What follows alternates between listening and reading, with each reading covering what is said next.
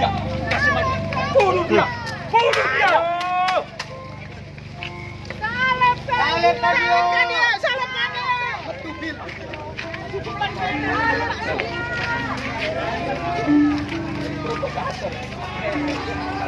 Gaman itu lo baru dari. Potong dia. Salibkan dia.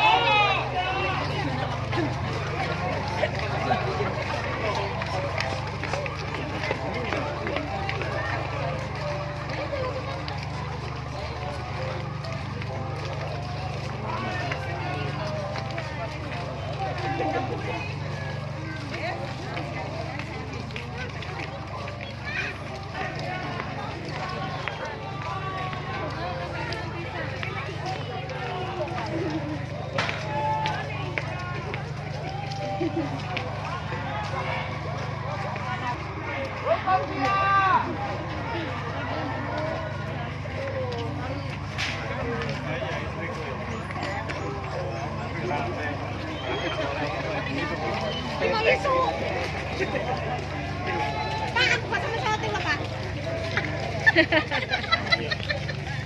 Jangan Pak. Kalau aku buka dumpling sudah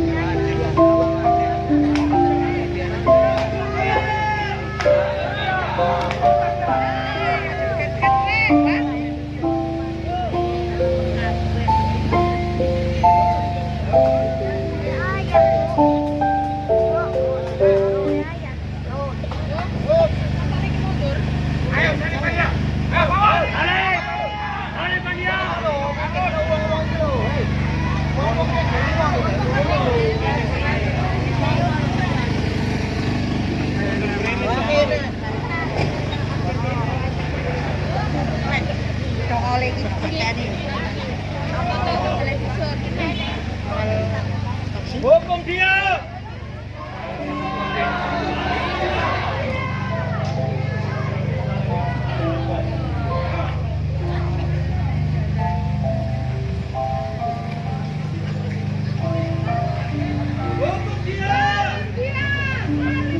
Aku hujan loh.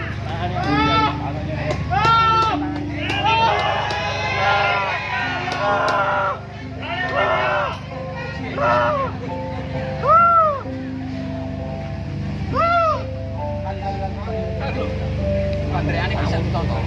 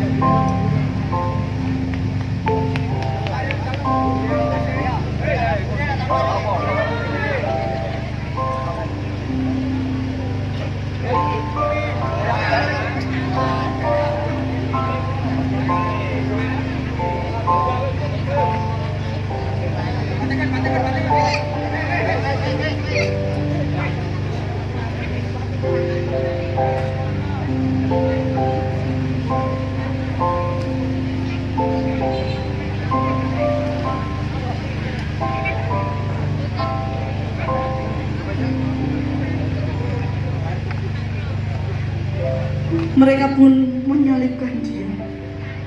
Lalu para prajurit membagi pakaiannya dengan membuang undi atasnya untuk menentukan bagiannya masing-masing. Ya Bapak,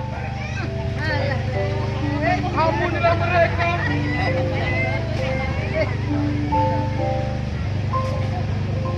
Sebab mereka tidak tahu apa yang dia perbuat. Hari jam 9 ketika ia disalibkan, dengan alasan mengapa ia dihukum disebut pada tulisan yang terpasang di situ, Inri, Raja orang Yahudi. Orang-orang berdiri di situ sambil menonton sementara pemimpin-pemimpin Yahudi mengejek Yesus. Hei, lihatlah, Raja orang Yahudi. Selamatkan dirimu.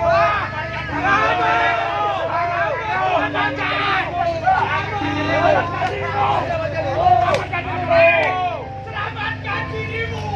Mana anak-anak? Selamat, jangan jauh. Selamat. Kau yang mengatakan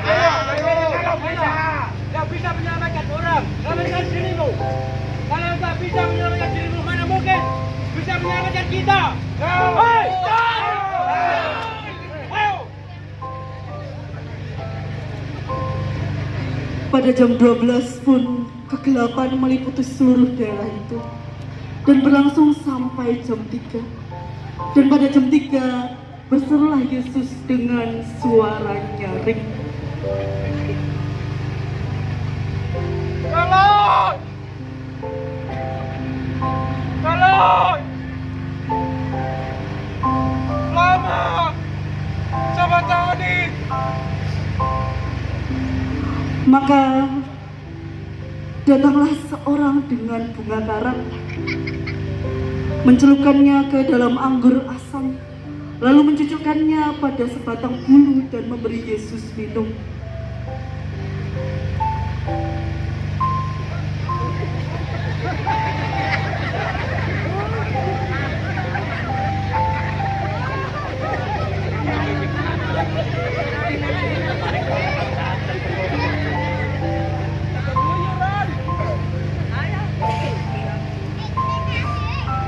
Yesus pun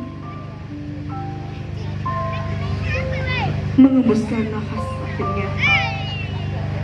Ya Bapak! Ke dalam tanganmu! Ku serahkan nyawaku.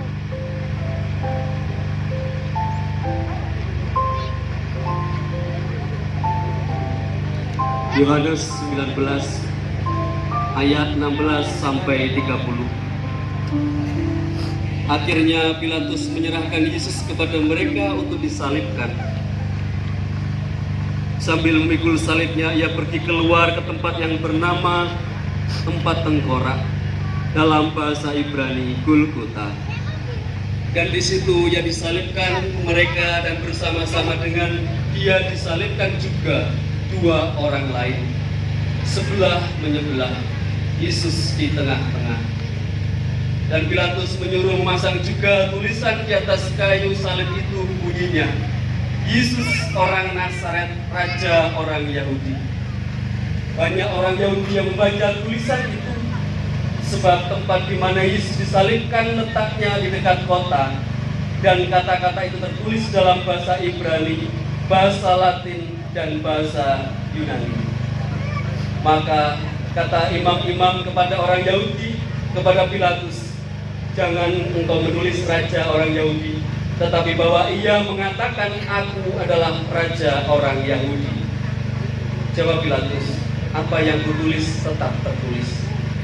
Sesudah prajurit-prajurit itu menyalibkan Yesus, mereka mengambil pakaiannya lalu membaginya menjadi 4 bagian. Untuk tiap-tiap prajurit 1 bagian, dan jubahnya juga mereka ambil. Jubah itu tak berjahit, dari atas ke bawah hanya 1 tenunan saja. Karena itu mereka berkata seorang kepada yang lain, "Janganlah kita membaginya menjadi beberapa potong, tetapi baiklah kita membuang undi untuk menentukan siapa yang mendapatnya." Demikianlah hendaknya supaya genaplah yang ada tertulis dalam kitab suci. "Mereka membagi-bagi pakaianku di antara mereka, dan mereka membuang undi atas jubahku." Hal itu telah dilakukan prajurit-prajurit itu, dan dekat salib Yesus berdiri ibunya dan saudara ibunya, Maria, istri Klopas dan Maria Magdalena. Ketika Yesus melihat ibunya dan muridnya yang dikasihinya di sampingnya, berkatalah ia kepada ibunya, "Ibu, inilah anakmu." Kemudian katanya kepada muridnya, "Inilah ibumu." Dan sejak saat itu murid menerima dia di dalam rumahnya. Sudah itu karena Yesus tahu bahwa segala sesuatu telah selesai, berkatalah ia, "Supaya genaplah yang tertulis dalam kitab suci, aku haus." Di situ ada seorang bekas buah anggur asam, maka mereka mencucurkan bunga karang yang telah dicelupkan dalam anggur asam pada sebatang hisop, lalu menunjukkannya ke mulut Yesus. Sudah minum anggur asam itu, berkatalah dia, "Sudah selesai." Lalu ia menundukkan kepalanya dan menyerahkan nyawanya. Bacaan Yohanes 19 ayat 16 sampai 30 disambung dengan peristiwa penghayatan kita akan sengsara Yesus sampai disalib pada pagi hari ini, mengajak kita semuanya warga jemaat di KJW Dawar Belandong untuk menghayati sungguh besar dosa kita, dan Tuhan rela mengorbankan dirinya untuk kita. Dia disalib untuk kita yang berdosa. Dia disalib untuk menembus setiap orang yang sungguh tidak sepatutnya berkenan di hadapan Tuhan.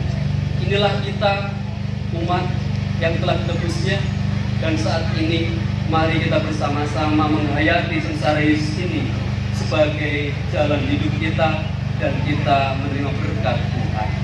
Mari bersama-sama kita memuji nama Tuhan. Hitung Jemaat 183 bait yang pertama.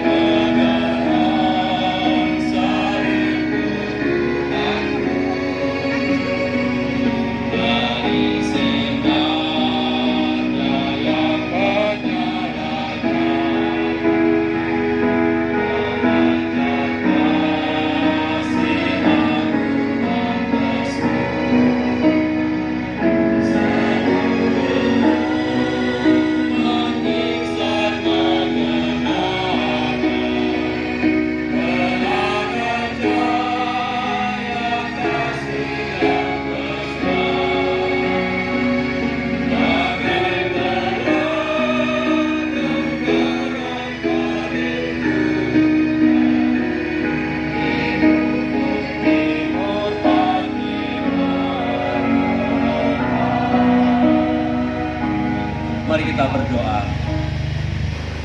bahwa dengan mengenang dan menghayati wajah Kristus yang tersalib, itu akan membuat kita semakin tabah dalam menghadapi penderitaan hidup yang sedang kita alami, dan mampukan kita menjadi lebih bijaksana dalam menilai makna hidup pemberian Tuhan.